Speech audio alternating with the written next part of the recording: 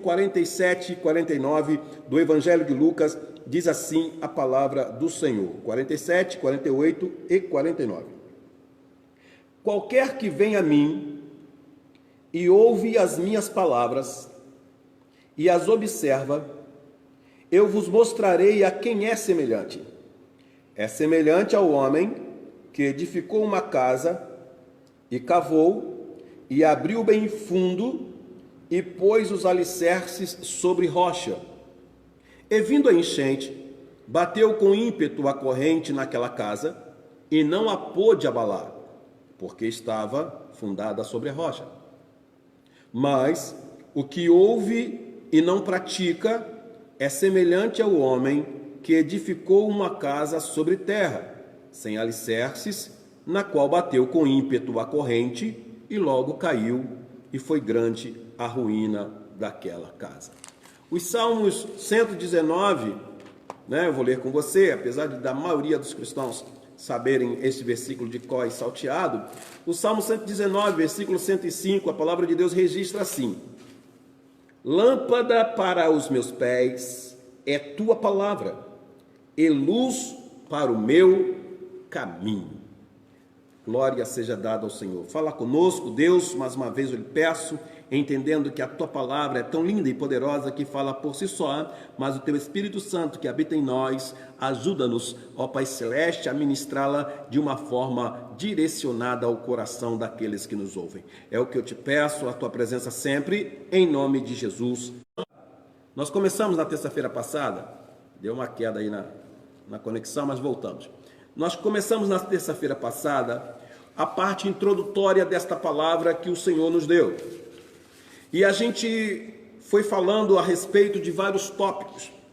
A primeira coisa que a gente falou foi o porquê que a gente escolheu esse tema, a gente falou sobre isso. Se você quer saber como foi, você pode também consultar isso, até mesmo na nossa página do Facebook ou no canal da igreja, ADMC, Igreja Central, no YouTube, e você pode recuperar essas mensagens lá.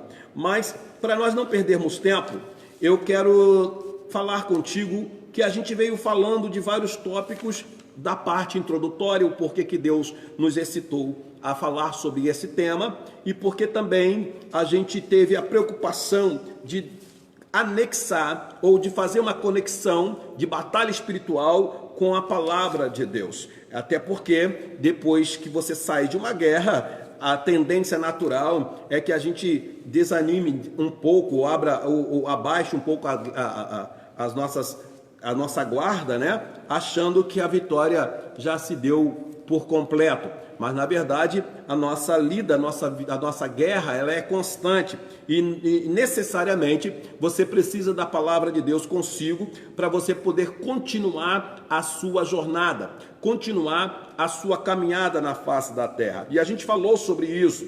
E dentro dessa continuidade da introdução deste culto doutrinário, nós falamos sobre alguns outros tópicos, tal como que a gente precisou conceituar a importância da palavra de Deus. Aí você pode dizer, pastor, isso é desnecessário falar. Todo mundo sabe pelo menos os cristãos, sabe qual é a importância da palavra de Deus. O mais interessante, irmãos, é que a gente sabe mesmo que a palavra de Deus é importante.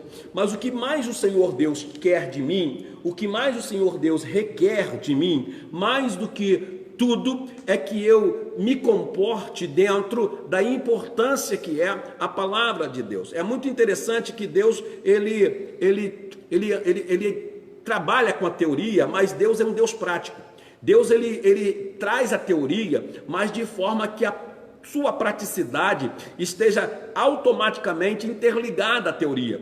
Deus não é aquele Deus que simplesmente te ensina as coisas, mas não participa da praticidade. Não, a palavra de Deus tanto é linda que ela já é conhecida desde os primórdios do tempo como o verbo de Deus. Isso quer dizer que é uma palavra que soa dentro de uma conotação teórica, mas como verbo, ela força uma situação de ação. Eu vou repetir, a palavra de Deus, ela é desde antigamente, conhecida como o verbo de Deus, dando para nós uma visão de que, como palavra, ela soa de forma teórica, mas ela já vem trazendo o quê? Ela já vem trazendo uma necessidade de ação, porque verbo exige uma ação, e a palavra de Deus, a gente já, na terça-feira, a gente fez a relação da palavra de Deus com respeito ao Senhor e Salvador Jesus Cristo, mostrando que ele, evidentemente, é o verbo de Deus. Sendo Cristo o verbo de Deus, ele veio já desde o primórdio dos tempos, não apenas sendo uma palavra, mas ele é uma palavra de ação, tanto que a Bíblia registra que tudo foi feito por ele. Tudo foi feito para ele, e sem ele, nada do que foi feito se fez, ou seja, tudo esteve e está entrelaçado em Cristo, porque nele começa todas as coisas. Lá no Apocalipse, ele diz assim: eu sou o alfa e eu sou o ômega, quer dizer, eu sou aquele que inicia e eu sou aquele que fecha, mostrando para mim que a palavra de Deus não é simplesmente uma palavra que eu falo, mas é uma palavra que vem e traz a sua eficácia. Sabendo disso, o profeta Isaías, lindo, maravilhoso, na sua palavra profética, ele escreve, evidentemente, cheio do Espírito, né?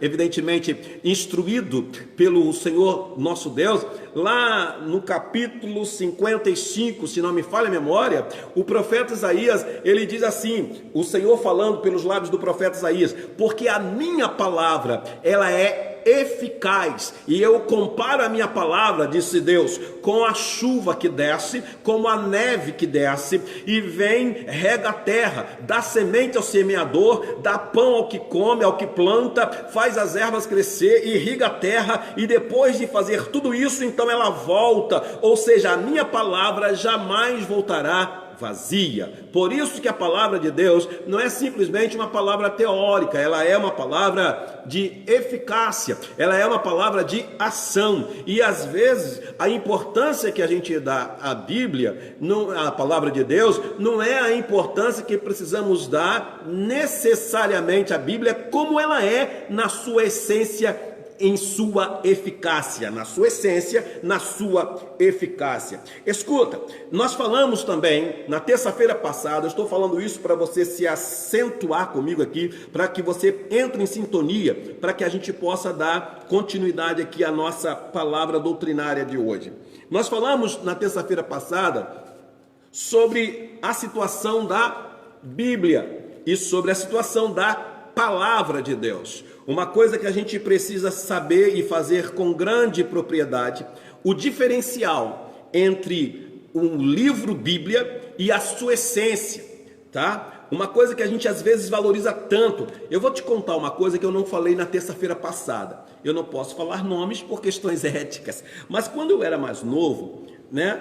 E a gente fazia vários estudos, eu tinha, como sempre, gosto de ter várias Bíblias. Hoje eu estou com poucas Bíblias, mas quando a gente era mais novo, tinha várias Bíblias de estudo.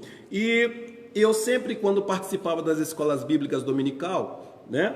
E a gente, ou no estudo, ou seminário, ou curso teológico, alguma coisa assim, a gente pegava... Hoje tem marca-texto, né? Fica lindo essas coisas, mas antigamente não tinha esse negócio de marca-texto. Então a gente pegava uma caneta vermelha, uma reguinha e ia, né, classificando tudo. Aí até que uma vez um abençoado irmão chegou para mim e falou assim: ô Rosenilton, você precisa ter mais reverência com a Bíblia. E eu fiquei preocupado, mas reverência como? E ele disse: olha, você precisa ter mais reverência com a Bíblia. Bíblia não se risca, meu amado, porque Bíblia você lê, mas não risca. Pega um bloco, anota os versículos que você está lendo, mas não grifa, porque se você risca a Bíblia, conforme você está fazendo, você está faltando com a reverência com Deus, porque a Bíblia é a boca de Deus falando aos homens.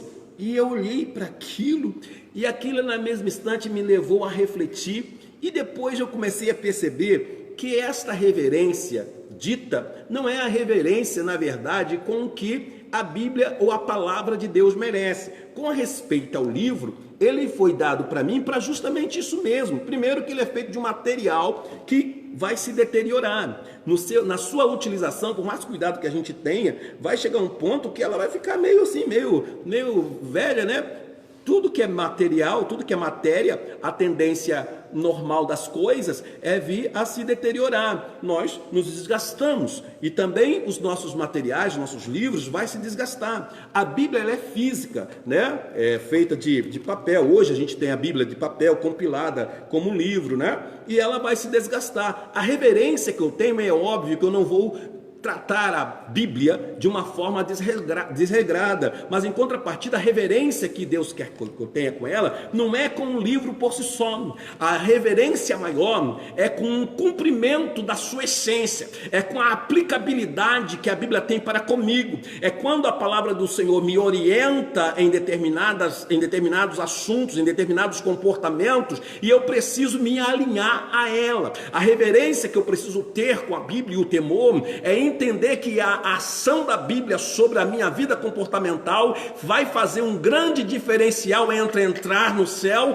ou ir para o inferno. A reverência que eu preciso ter é entender o que a Bíblia fala para mim e me render e me submeter ao seu poderio, à sua ministração, e não simplesmente o tratamento que eu dou à Bíblia. E nós falamos sobre isso na terça-feira passada, falando a respeito da valorização do livro, que é legal, mas em contrapartida da importância da aplicabilidade da sua essência na minha alma. Para que a minha alma tenha luz, é necessário que eu utilize a lâmpada chamada Palavra de Deus. Lembra do Salmo 119, versículo 105? Lâmpada para os meus pés é a tua palavra. Aí o que acontece? Luz para os meus caminhos.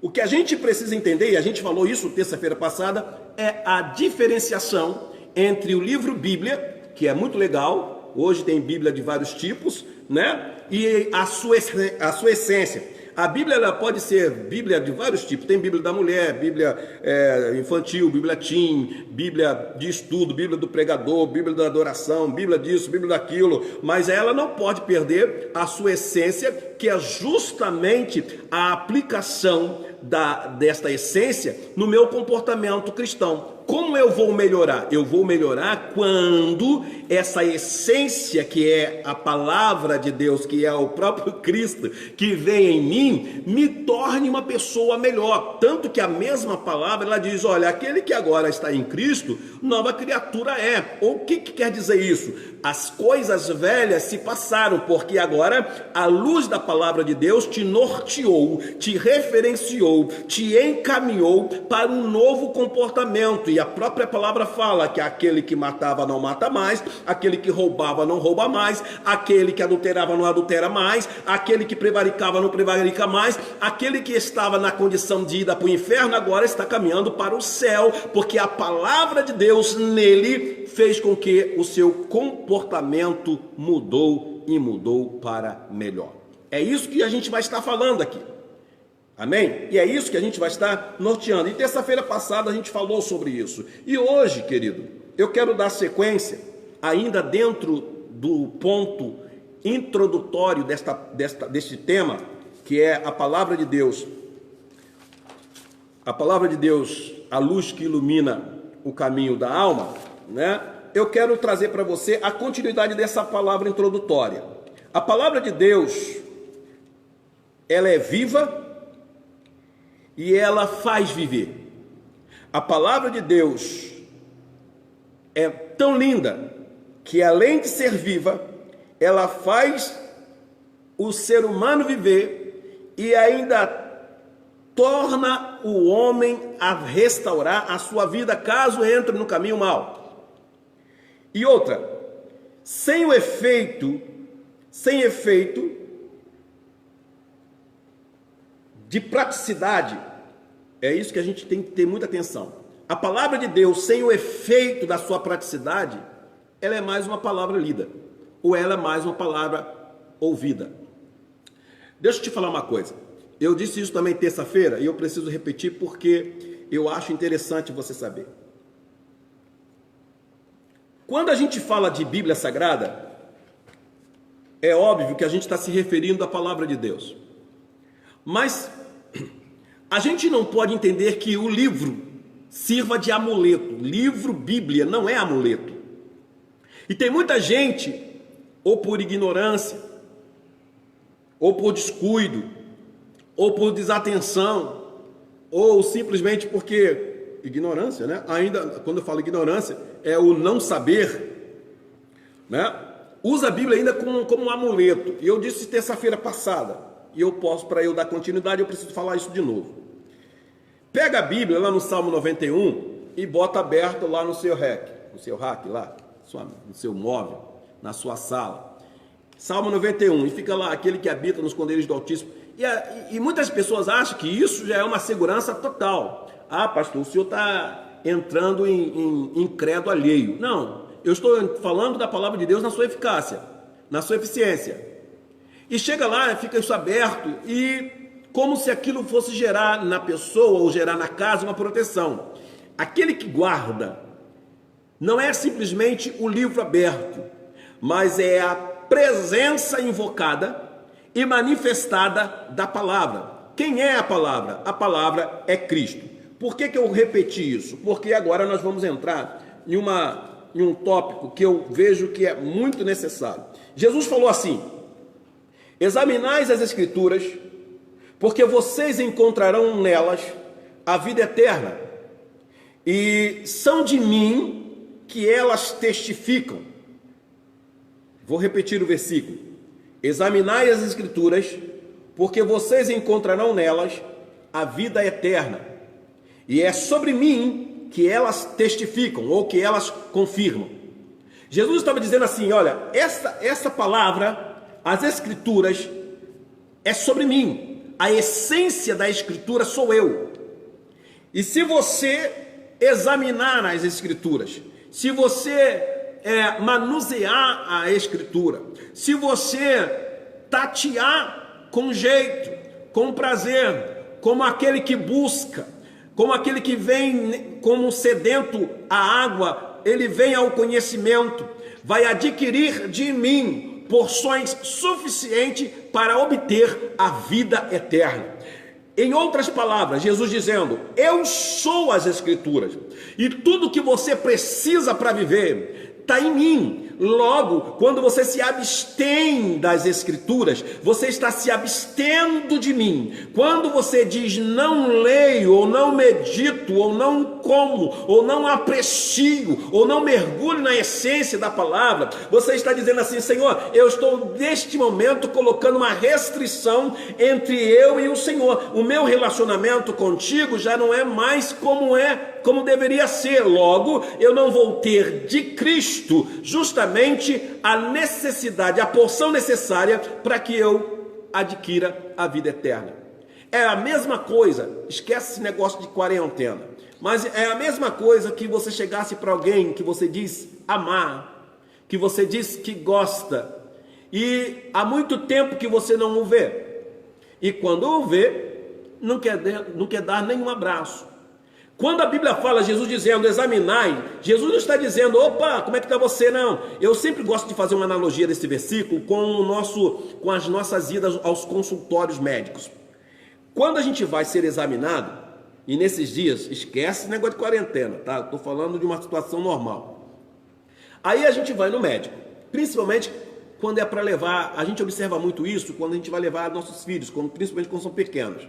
Aí a gente leva no médico. E eu não sei se você já passou por essa experiência um pouco ruim aí, de você levar no médico e o médico abaixa a cabeça e começa a escrever, aí olha dentro do seu olho e diz assim: olha, é virose, né?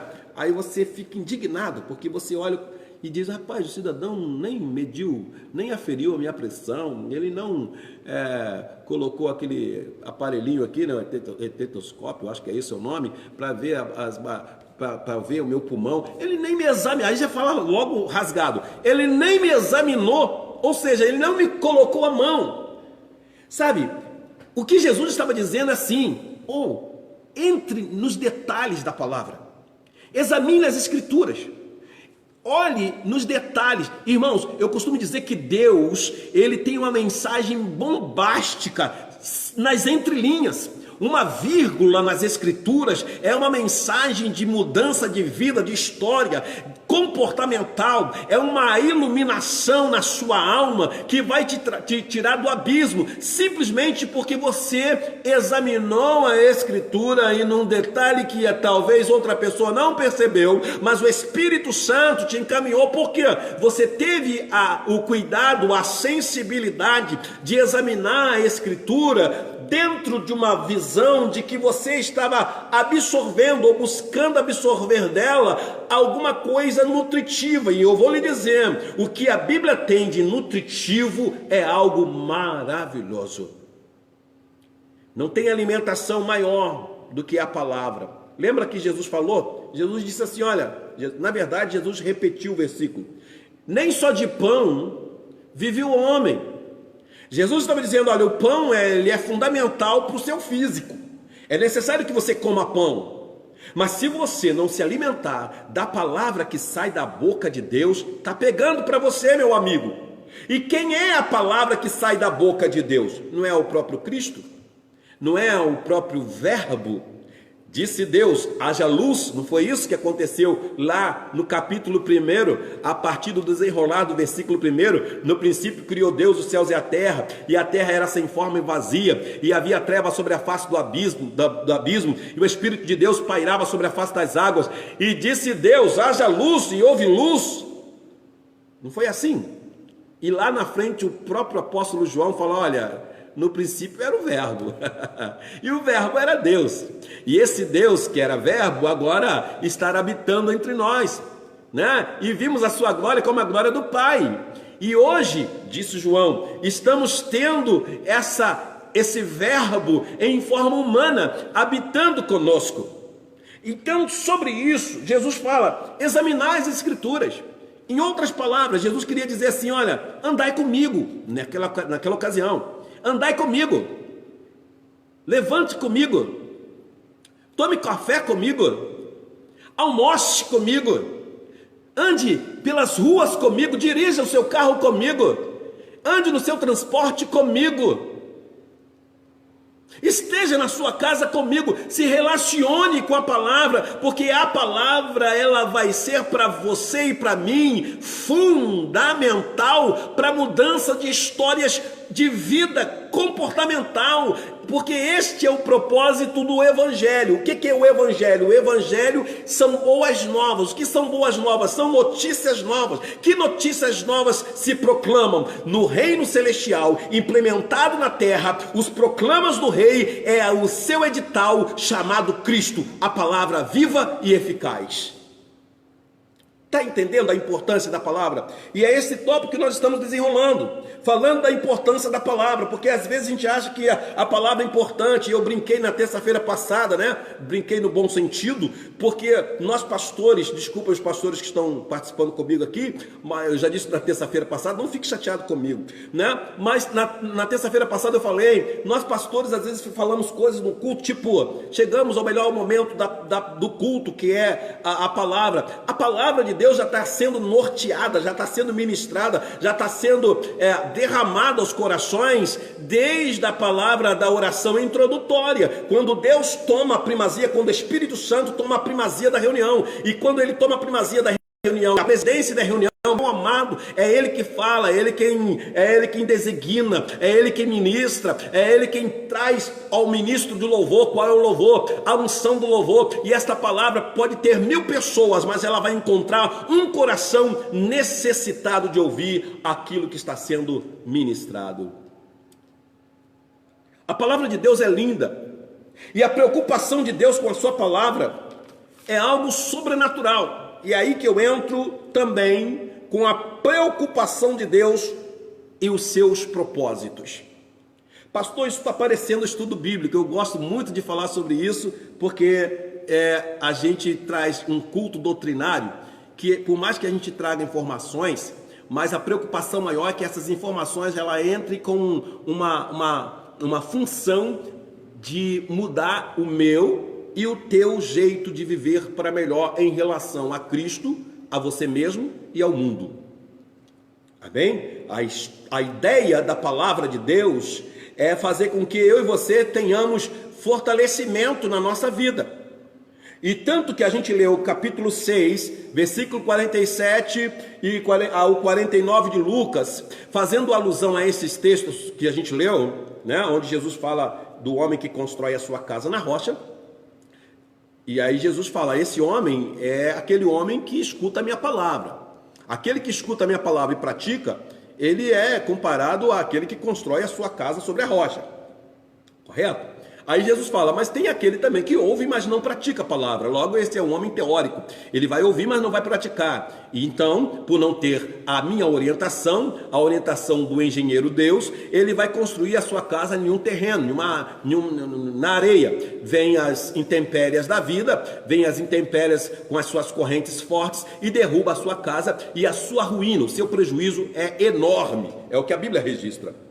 Dentro dessa palavra, meu amado, querido irmão, dentro dessa palavra, Jesus também trouxe aos discípulos uma informação que reverbera até os nossos dias de hoje. Jesus falou assim, olha, falando para Pedro, mas no meio dos teus discípulos. Ele disse assim, olha, eu sou a pedra principal e sobre esta pedra edifico a minha igreja. Ele disse, Pedro, eu te digo, tu és pedra pequena, e eu sou a pedra grande, eu sou a rocha, e sobre esta rocha edificarei a minha igreja, e as portas do inferno não prevalecerão contra ela. Olha o que Jesus estava dizendo, ele é a rocha. No mesmo instante, lá em Lucas, ele fala assim, aquele que escuta a minha voz, aquele que escuta a minha palavra e pratica, eu vou comparar o homem que construiu a sua casa sobre a rocha. Ou seja, quando eu escuto, aleluia, e pratico a palavra de Deus, eu estou sendo vitorioso sobre as portas do inferno, porque eu sou uma construção em cima da rocha eterna, a rocha gloriosa, a rocha maravilhosa e vitoriosa que é Cristo. Mas quando eu abdico da palavra, por isso que pastor é chato, quando fica, irmãos, medite na palavra em casa, lê a Bíblia, faz isso, faz aquilo, é porque ele sabe que quando você lê e praticar a palavra, quando eu leio e pratico a palavra, eu estou colocando a minha vida sobre um patamar de vitória, sobre uma situação onde nem o inferno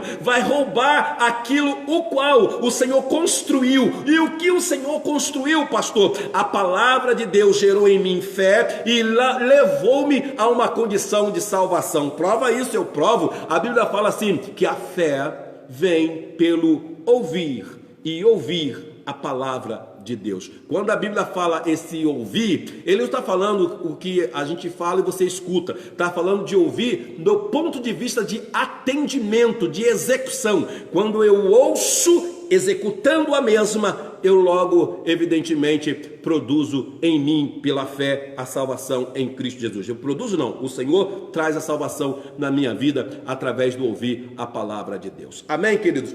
Mas no decorrer dos tempos, escuta só, no decorrer dos tempos, a palavra de Deus, ela sempre teve os seus propósitos, sempre teve. Uma coisa maravilhosa é assim, meu pai falava assim, cadê fulano? Fulano está jogando a conversa fora lá. Ou seja, está conversando um assunto de forma descontraída, de forma que não tem muito nexo, não tem muita produtividade, a produção daquela conversa não vai chegar a lugar nenhum, a não ser fazer aquele momento mais festivo, aquela conversa fiada que a gente chama. Mas Deus não conversa fiado com ninguém. Se é uma coisa que Deus não conversa, é fiado. Deus sempre está conversando com propósito. Em todo tempo, Deus conversa com propósito. Em todo momento, Deus conversa com propósito. Jamais Deus vai conversar com você sem propósito. Jamais. E quando você lê a Bíblia, por mais que você não entenda nada, esteja lendo a Bíblia naquele exato momento, e lê, e vai embora, às vezes, pensando naquele versículo, rapaz, eu li aquele versículo, mas nem sei por que eu li aquele versículo. Saiba que o Espírito Santo está lhe preparando algo maravilhoso, porque teve propósito. Tudo tem propósito. Com Deus, tudo tem propósito. Deus não perde tempo. Eu perco tempo. Às vezes a gente perde tanto tempo com bobeira, né? E quer ver uma coisa? Tem gente que não tem a paciência de ficar 5 minutos numa live, mas ele assiste um vídeo de comédia que dura 30, 35 minutos. É culto doutrinário, então segura aí, né? Ele vê uns videozinhos que envia de 40 minutos, que é só besteirol, mas não consegue ficar 5 minutos ouvindo a ministração da palavra de Deus ao seu coração. Aí eu pergunto, opa, qual é a importância? Será que descobriu? Porque assim, você só dá importância quando você descobre a importância que aquilo tem. Já viu? Você só dá importância, quando você dá importância a uma coisa que não vale nada, quando você descobre que aquilo não vale nada, você sofre decepção. E muitas das vezes, quando você não dá importância àquilo que tem importância, quando descobre que tem importância, você se lamenta pelo tempo que perdeu. Então, meu amado, não perca tempo, valorize isto aqui, ó, não apenas na leitura, mas na sua praticidade, porque isto lhe trará condições de salvação dentro em breve consumida ou corroborada no seu feito, porque por fé temos a salvação, agora por execução aguardamos o arrebatamento da igreja. Mas escuta, Deus tem os seus propósitos. O propósito da palavra de Deus é exortar, consolar e edificar as nossas vidas. Salvar, eu sei disso, que você vai falar de salvação, vai falar de juízo. A palavra de Deus é juízo, a palavra de Deus é salvação, a palavra de Deus é edificação, a palavra de Deus é consolação, a palavra de Deus é exortação, a palavra de Deus é paz, a palavra de Deus é graça, a palavra de Deus é reedificação, é reestrutura, a palavra de Deus traz e renova entendimento, a palavra de Deus nos faz nos fortalecermos a cada dia, a palavra do Senhor nos levanta, a palavra do Senhor abate, a palavra de Deus ela é diversificada em sua eficácia, e isso quem ministra é o Espírito Santo sobre nós. Você pode dar um glória a Deus aí? Mesmo, não precisa escrever não, só dá um glória a Deus aí. Dá um glória a Deus, porque a palavra de Deus é rica, irmãos.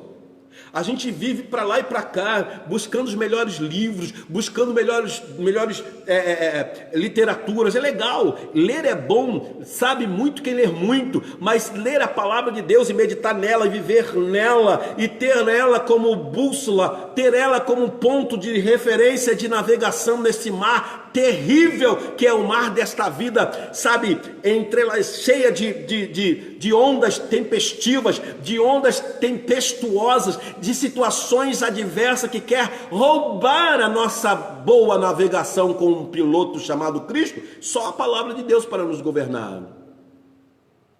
Então eu vou te falar uma coisa, Deus no seu propósito, ele sempre teve a preocupação, escuta o que eu vou lhe dizer, deixa eu só tomar uma aguinha aqui. Deus sempre teve uma preocupação. Quando eu falo preocupação, eu disse isso terça-feira passada também, mas eu não pude entrar muito a fundo. Com um tempinho hoje melhor, né? Apesar da horinha já estar acelerada, mas eu posso me aprofundar um pouquinho nesse tópico aqui.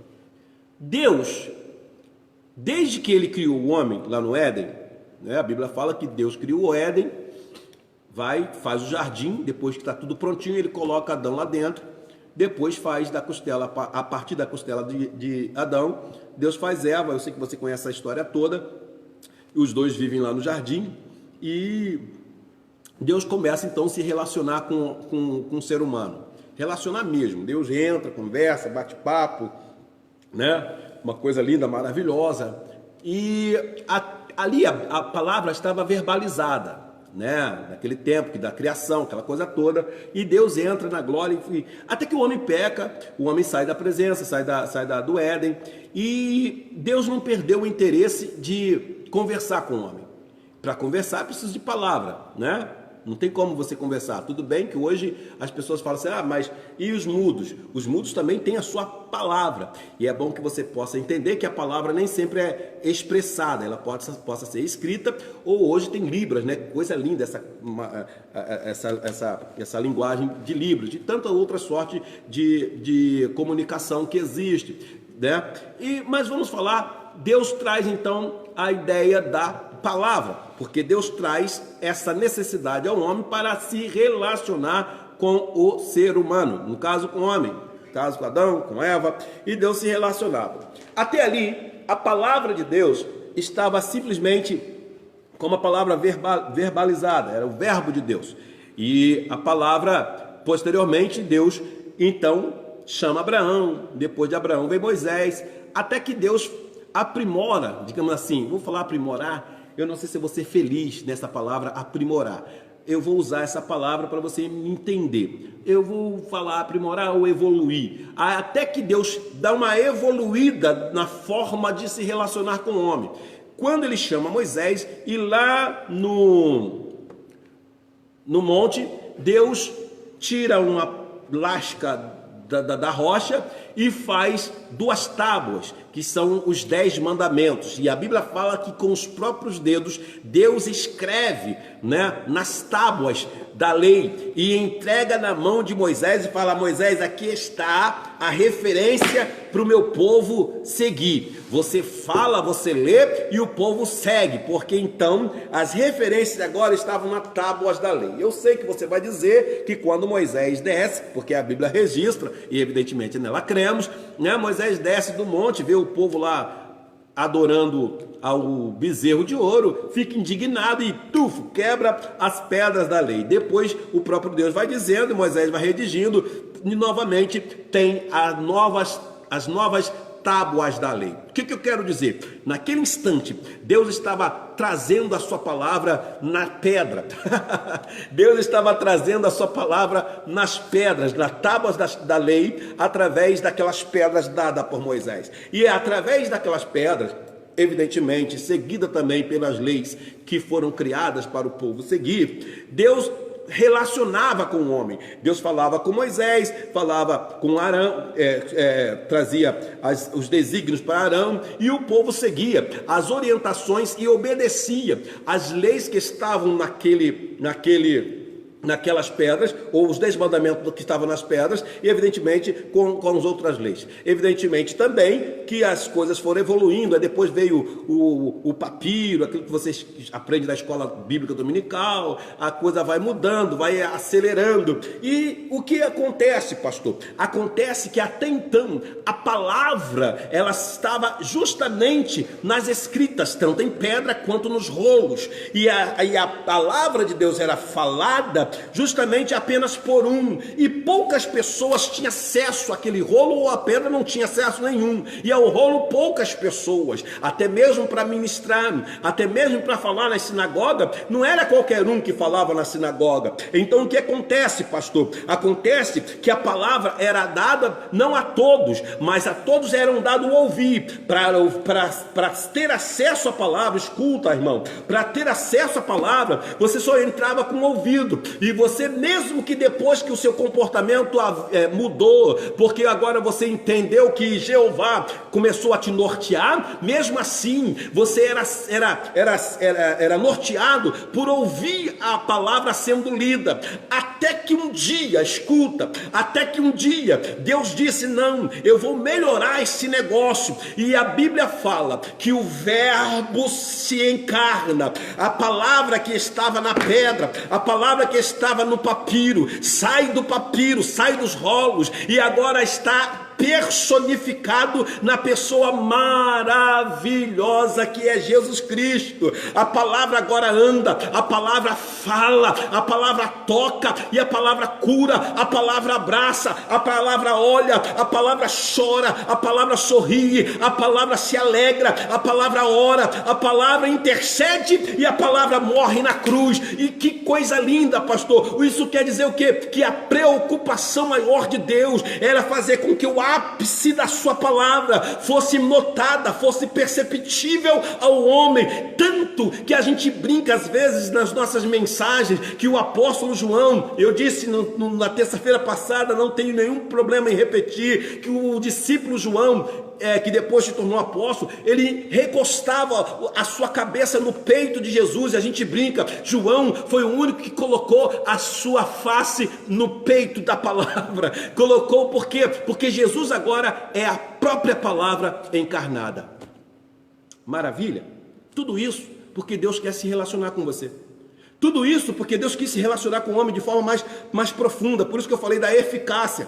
Por isso que Deus foi buscando um meio de estar mais próximo de você. Porque mais próximo, melhor luz, né? Quanto a luz mais próxima, maior iluminação. Quanto mais próximo da luminosidade, melhor clareza. E quanto mais clareza, maior percepção daquilo que está à sua volta. Se há perigo, você vai perceber. Se há armação, você vai perceber. Se há uma armadilha, você vai perceber. Se há alguém escondido, você vai ver. Porque a claridade da palavra expõe as coisas que estão à nossa volta. Louvado seja o nome do Senhor. Só que o propósito maior de Deus era outro.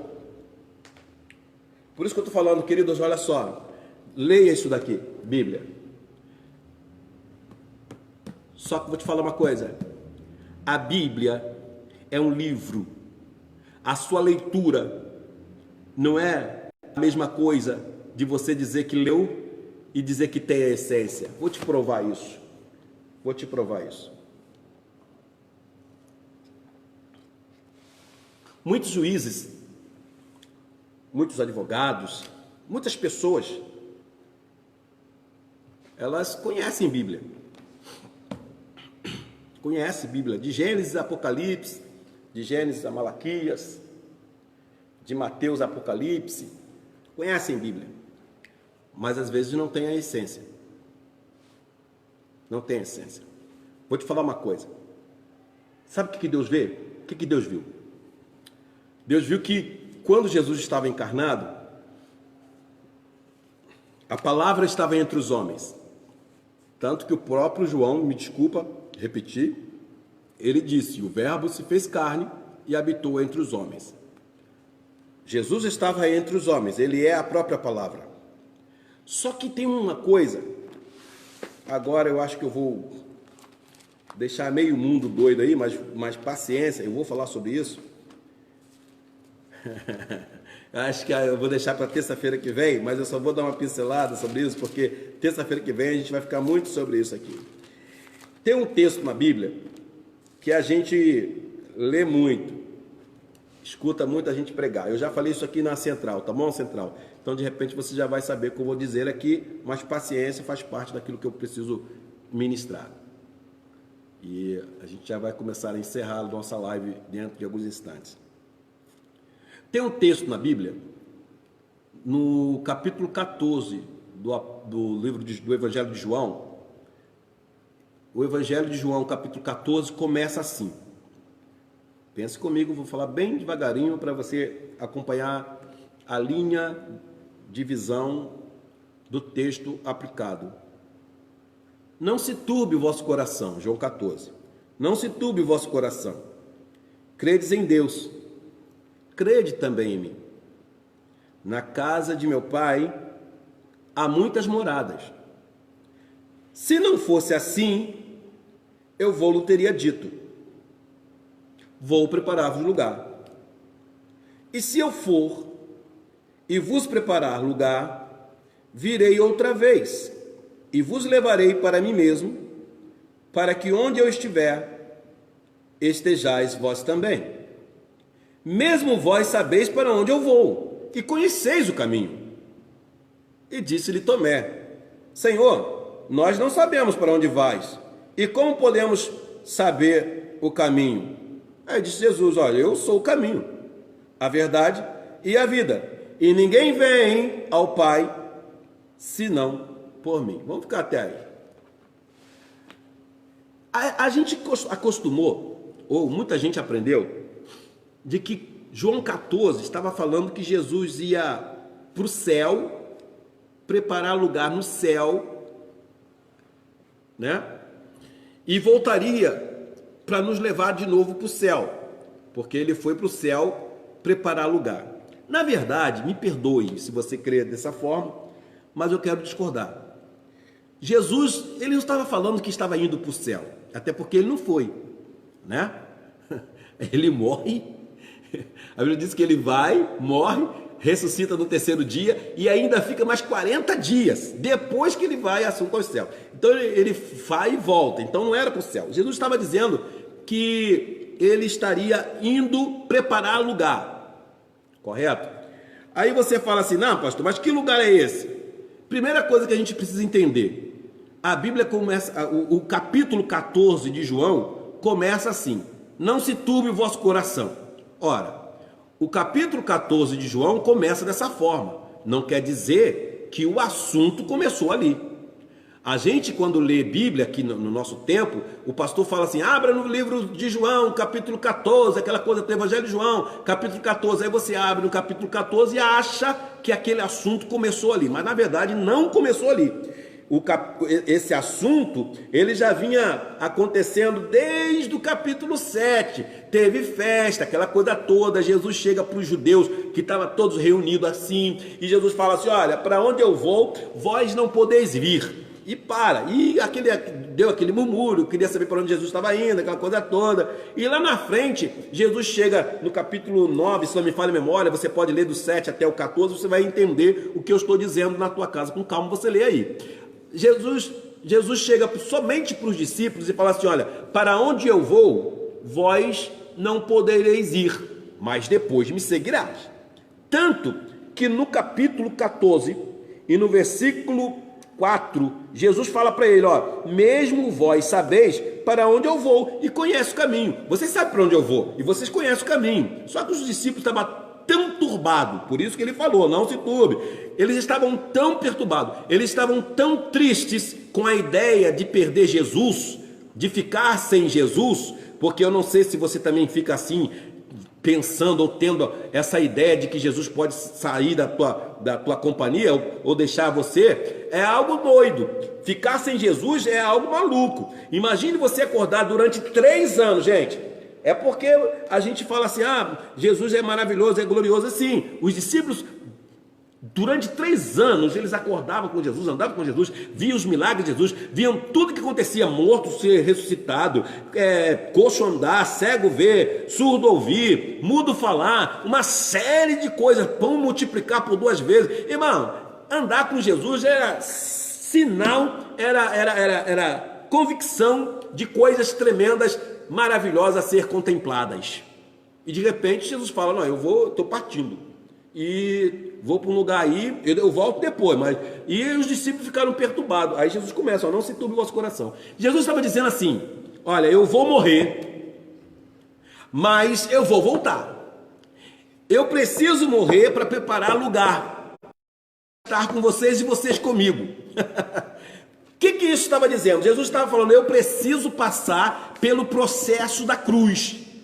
Porque para eu habitar dentro de vocês, na condição de espírito, eu tenho que morrer e ressuscitar. Porque, segundo a lei física, dos corpos não ocupam o mesmo espaço. Jesus estava no físico, logo a palavra que estava no físico, ela precisava agora espiritualizar. Se é que você me entende. A palavra agora, ela para estar dentro dos discípulos, ela não pode estar na condição física. Por isso Jesus tinha que morrer para que o Espírito Santo, que hoje está conosco, esteja dentro do nosso coração. É por isso, meu amado, que a palavra de Deus diz que o Espírito Santo com o nosso espírito testifica que somos filhos de Deus. Como isso acontece, pastor? Você já viu quando você está lá sentado, ou o pastor está ministrando, ou alguém está cantando, e você ouve aquela palavra e sente uma identificação com aquela palavra e você começa a se alegrar? Sabe o que é isso? É a essência da palavra do pregador, é a mesma essência que você tem, ou seja, a mesma graça que está no pregador, a graça está em você. Por quê? Porque a essência desta palavra não se restringe agora somente quem ministra na sinagoga, não.